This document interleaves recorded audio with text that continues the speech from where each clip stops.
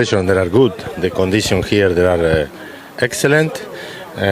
We try to work in the time we have to work in maximum. Kikosi cha timu ya taifa Tanzania Taifa Stars kinaendelea na maandalizi yake kuelekea michuano ya kombe la mataifa ya Afrika AFCON inayofanyika kuanzia Disemba 21 mwaka 2025 nchini Morocco. Stars iliyo chini ya kocha Miguel Gamondi inajitayarisha kwa ajili ya michuano hiyo, licha kwamba mwalimu amesema changamoto chache zipo baada ya kutokana na hali ya hewa, lakini anaamini timu yake itakuwa imara na itakuwa bora zaidi katika kila ambacho anakiamini timu imejiandaa vya kutosha.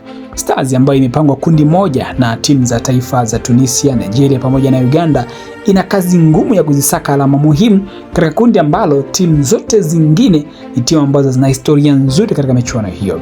Nigeria ametoa ubingwa huo mara 3 wa michuano ya kombe la mataifa ya Afrika, wakati timu ya taifa ya Tunisia imetoa ubingwa mara 1 mwaka 2004 na timu ya taifa ya Uganda wamecheza fainali ya michuano hiyo. Tanzania Taifa Stars ndio timu pekee kwenye kundi hilo ambayo haijawahi kufika warau hata hatua ya mtoano, ikiishia hatua ya makundi katika mara zote 3 ilizoshiriki, na hii ni mara 4 kwa Stars. Unayatarajia yapi kwa Stars katika michuano ya mwaka huu 2025 nchini Morocco?